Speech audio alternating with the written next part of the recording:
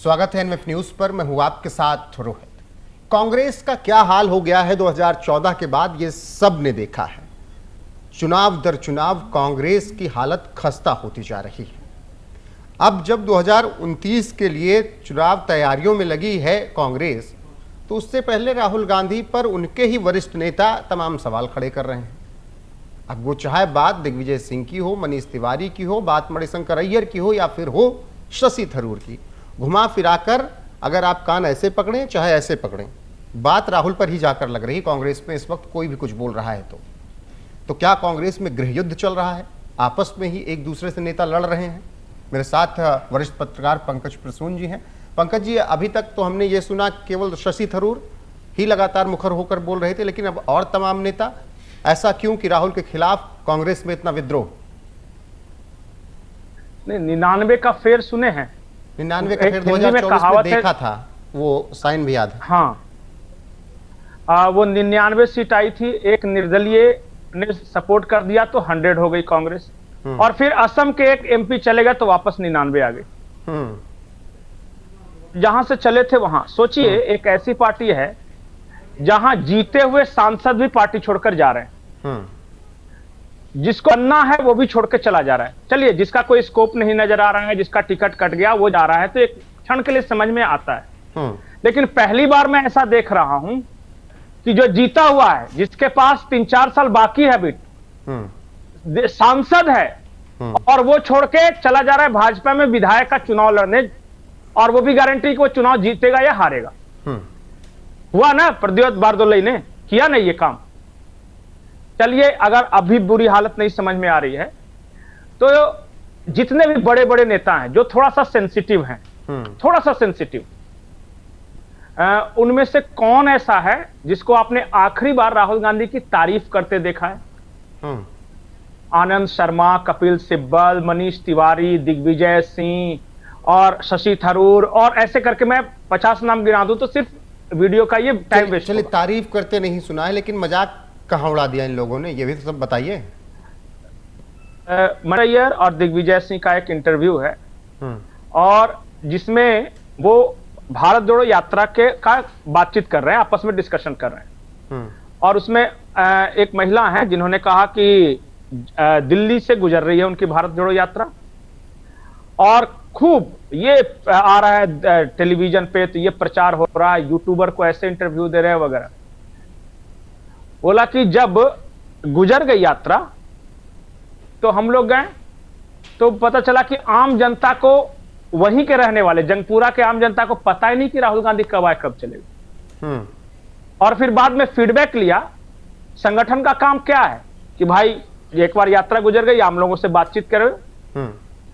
संगठन वो फीडबैक लेने गया ही नहीं, और उस यात्रा का प्रभाव वोटरों पे नहीं पड़ा, टेलीविजन पे पड़ा। जिन लोगों ने पैसे लिए थे उस यात्रा को कवरेज करने के लिए, उस पे पड़ा। वो राहुल गांधी को उसके आसपास के लोगों ने बताया कि अब आप इतने पॉपुलर हो गए कि अब भारत छोड़ दीजिए, आप ओबामा को भी हरा सकते हैं। तो ये सारी बातें उनको बताई, लेकिन ये नहीं बताया कि वोट एक भी नहीं बढ़ा। उसके बाद जो लोकसभा चुनाव हुए, कांग्रेस 0 थी और 0 ही रही, कुछ नहीं बदला वहां पे। तो ये दिग्विजय सिंह अपने वीडियो में बता रहे कि संगठन का काम क्या होता है, और राहुल गांधी कितने डिस्कनेक्ट हैं अपने संगठन से। मैं इनमें से कोई शब्द मैंने, वो सब दिग्विजय सिंह, मणिशंकर अय्यर बातचीत कर रहे हैं। ये दोनों वरिष्ठ नेता हैं। एक और वरिष्ठ नेता है शशि थरूर, मनीष तिवारी। जग जाहिर है, उनका तो जग जाहिर है। हाँ, नहीं, अरे शशि थरूर तो ठीक है, विदेश मामलों में बोलते रहते हैं। ये मनीष तिवारी, ये गल्फ कंट्रीज के बारे में बात हो रही थी। राहुल गांधी का एक बयान आया कि नहीं, वो कह रहे थे कि आपको पता है गल्फ में कितना ये होगा तो देश में महंगाई बढ़ेगी तो हमको कितना मजा आ जाएगा, तो मोदी सरकार महंगाई बढ़ाएगी और हम उछलेंगे तो कितना अच्छा सिचुएशन होगा, यही से बता रहे थे ना। तो शशि थरूर ने कहा कि देखिए, जो भी पॉलिसी है भारत सरकार की गल्फ को लेके, वो सही पॉलिसी है, और जो खामोशी होती है ना, चुप्पी, जो बार बार राहुल गांधी कह रहे थे कि बोलिए बोलिए, बोले चुप्पी रणनीतिक होती है। आपको हर जगह भाड़ भाड़ करके चिल्लाना नहीं है, कई जगह आपको यह पता होना चाहिए कि कब चुप होना है और कब बोलना है। इसी ईरान ने जब इराक पे हमला किया था तो भारत कुछ बोला था? नहीं। इसी अमेरिका ने जब इराक पे हमला किया था तो भारत कुछ बोला था? नहीं। जब रशिया तो हमारा दोस्त है, रशिया ने यूक्रेन पे हमला कर दिया, रशिया एग्रेसर था, भारत ने कुछ बोला था? नहीं। तो न मनमोहन सिंह बोले, न मोदी बोले, न अटल जी बोले, तो राहुल गांधी क्यों बेचैन है कि सरकार क्यों नहीं कुछ बोल रही है? हम क्यों बोले? एक लाइन में तो बात है। हाँ। और यही बात मनीष तिवारी ने भी कही, बोले कि कम से कम मैच्योरिटी इतनी तो होनी चाहिए नेता प्रतिपक्ष होने के नाते कि वो समझे कि देश का स्टैंड क्या है। सरकार का स्टैंड छोड़ दीजिए, सरकार जो भी कह रही है वो सरकार नहीं होती है, उस वक्त वो अपने देश को रिप्रेजेंट कर रही होती है। बिल्कुल। और ये जब आपका तेल का टैंकर, पंकज जी, जब विपक्ष के नेता भी तमाम भारत सरकार के स्टैंड पर क्लियर थे और उनके साथ थे, लेकिन मेरा सवाल यहाँ पर ये, आपने कहा कि तमाम नेताओं का नाम गिनाया, शायद उसमें एक आप नाम भूल रहे हैं, हिमाचल प्रदेश के मुख्यमंत्री सुखविंदर सिंह सुक्खू का, क्योंकि एलपीजी क्राइसिस की भी बात हो रही थी। राहुल गांधी ने सिलेंडर को लेकर बवाल काटा, बैठ गए, प्रदर्शन करने लगे।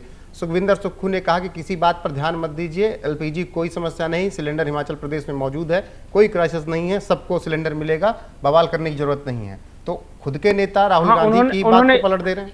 नहीं, हाँ, उन्होंने ये कहा कि जितना सप्लाई था उतना आ रहा है और सबको मिलेगा, पैनिक करने की जरूरत नहीं। और सुखविंदर सिंह सुक्खू कोई जिला अध्यक्ष पार्षद तो है नहीं कि उनकी बात को उतना ध्यान दिया जाए।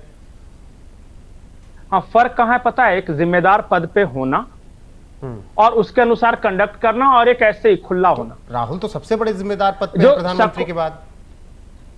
अरे ये बात वो समझे तब ना, उनको लगता है कि ऐसे ही हमको बोलने के लिए यहां बैठा दिया। उनको ये नहीं पता कि वो कैबिनेट मंत्री का दर्जा प्राप्त है, लीडर ऑफ अपोजिशन है। जितनी एक मंत्री को जिम्मेदारी से बात करनी है, उतना ही बात राहुल गांधी को भी करना है। आपको पता है सुषमा स्वराज थी, यूपीए के समय में कितना क्राइसिस आया। सोनिया गांधी, सुषमा स्वराज बोलती थी कि नहीं, देश से दो स्वर नहीं जाने चाहिए, नहीं तो बाहर वाला क्या कहेगा। अरुण जेटली उस वक्त राज्यसभा में थे। आपको अभी भी मैं कह रहा हूं, एक जज थे, उनके खिलाफ एक महाभियोग प्रस्ताव चल रहा था, और उस डिस्कशन को निकाल कर देखिए और लगेगा कि देश कैसे बात करता है। ऐसे लेकिन तो देखिए, ये पंकज जी, मैच्योरिटी की कोई दवा तो होती नहीं है। हाँ, आप उस बात को कंटिन्यू कीजिएगा, देश कैसे बात करता है, फिर उसमें मुझे ओवैसी को पीछे नहीं रखना होगा। मुझे पाकिस्तान में उनका वो इंटरव्यू याद आता है, जब उनसे पूछा गया कि भारत में मुसलमानों को प्रताड़ित किया जाता है, ये ओवैसी ने कहा वो हमारा मैटर है, उसमें आपको घुसने की जरूरत नहीं है, कैसे सॉल्व करना है वो हम जानते हैं, आप बताने की हैसियत नहीं रखते हैं। नहीं, इस देश की तमाम बड़ी पार्टियां, मैं तो सबको कह रहा हूं, ये प्रियंका चतुर्वेदी गई थी उसी डेलीगेशन के साथ, शशि थरूर गए थे कांग्रेस का, मैं विपक्ष के नेताओं का नाम ले रहा हूं, कनिमोजी गई थी, और इन सब ने, इसलिए मैंने कहा ना कि मैच्योरिटी बाजार में नहीं मिलती जो इंजेक्शन लेके राहुल गांधी के दिमाग में डाल दिया जाए कि कल से मैच्योर। ये ऐसा हो ही नहीं सकता, ये एक आदमी होता है उस तरह का। मैं आज भी बोल रहा हूं कि बहुत लकी इस मामले में नहीं कि उन्होंने बहुत अच्छा काम किया है, वो किया होगा, लेकिन इस मामले में जरूर कि इतना खराब नेता प्रतिपक्ष आज तक किसी प्रधानमंत्री को नहीं मिला। मैं बहुत जिम्मेदारी से बोल रहा हूं। 10 साल बाद तो मिला है नेता प्रतिपक्ष देश को, नहीं, पर ऐसा जैसे कि घेरने के लिए कितने सारे मुद्दे हैं, स्पेसिफिक पॉइंट वाइज अगर घेरना शुरू करे लोकसभा में खड़े होकर और विथ टॉपिक घेरना शुरू करे तो जवाब देते नहीं बन सकेगा। लेकिन ये पेगासस तो राफेल तो पता नहीं कहां, एप्स्टीन तो क्या क्या बोलते रहते हैं, आम लोग भी देखता रहता है कि मेरे बारे में कब बोलेंगे। और कुछ नहीं तो देखिए, बहुत अच्छा मुद्दा था, मान लिया कि देश में एलपीजी की क्राइसिस थी, और वो बोलते कि हाँ भाई आपकी अगर सप्लाई पूरी है तो फिर लोग लाइन में क्यों हैं, इसको सॉल्व करने के लिए सरकार ने क्या किया ताकि लाइन में न लग सके, ये सब बोलते तो पता सीढ़ियों पर बैठ के चाय पी रहा है। ये क्या विरोध हुआ भाई? आखिरी सवाल पंकज जी, ये कांग्रेस का गृह युद्ध कांग्रेस को कहां ले जाकर खड़ा करेगा? गृह युद्ध नहीं है, जो जितना पुराना नेता है ना, जो मैच्योर है या जिसको चुनाव जीतना है, तो मान लीजिए कि मिलकर वो बात यही करें। वो हर आदमी यही बताने की कोशिश कर रहा है अलग अलग तरीकों से कि वो मैच्योर नहीं, वो ऐसे ही है, वो हल्का आदमी। इसलिए अब कोई किसी गंभीर आदमी को लाना चाहिए। देखिए मल्लिकार्जुन खड़गे मोटा मोटी रिटायरमेंट केज पे, अब तो राज्यसभा के सदस्य भी नहीं रहे हैं, उनका भी टर्म पूरा हो गया, और जैसे तैसे वो कितना चलेगा। तो एक ऐसा आदमी चाहिए को कम से कम जिसकी बात का वजन हो। राहुल गांधी सुबह क्या बोलेंगे, दोपहर क्या बोलेंगे, देखिए ट्रेंड करना सोशल मीडिया पे अलग बात है, देश चलाना अलग बात है। डिप्लोमेसी जो है वो सेमिनार नहीं है कि जहां जाके आप खूब बढ़िया बढ़िया आदर्श बघारें। डिप्लोमेसी ऐसी होती है कि जहां आपके एक शब्द का असर पड़ता है आपके करोड़ों लोगों पर, आपके देश के। तो उस एहसास के साथ बोलना होता है। ऐसा नहीं कि मोदी बिक गया तो देश खत्म हो गया, तो प्रधानमंत्री कॉम्प्रोमाइज है तो पेट्रोलियम मंत्री एब्सटेंट किया। अरे क्या ये, ठीक है पंकज जी, भारत को ऐसे रिप्रेजेंट करेंगे आप? बिल्कुल ये समझना होगा नेता प्रतिपक्ष को खुद, वरना कांग्रेस के जो हालात हैं वो कांग्रेस को और गर्त में ले जाएंगे। किस तरीके से कांग्रेस में गृहयुद्ध है, राहुल गांधी का मजाक उड़ाया जा रहा है उनके ही नेताओं द्वारा, उस पर हमने विस्तार से चर्चा की। बाकी आपकी राय क्या है कमेंट सेक्शन में जरूर बताएं। बने रहे हमारे साथ लगातार। नमस्कार।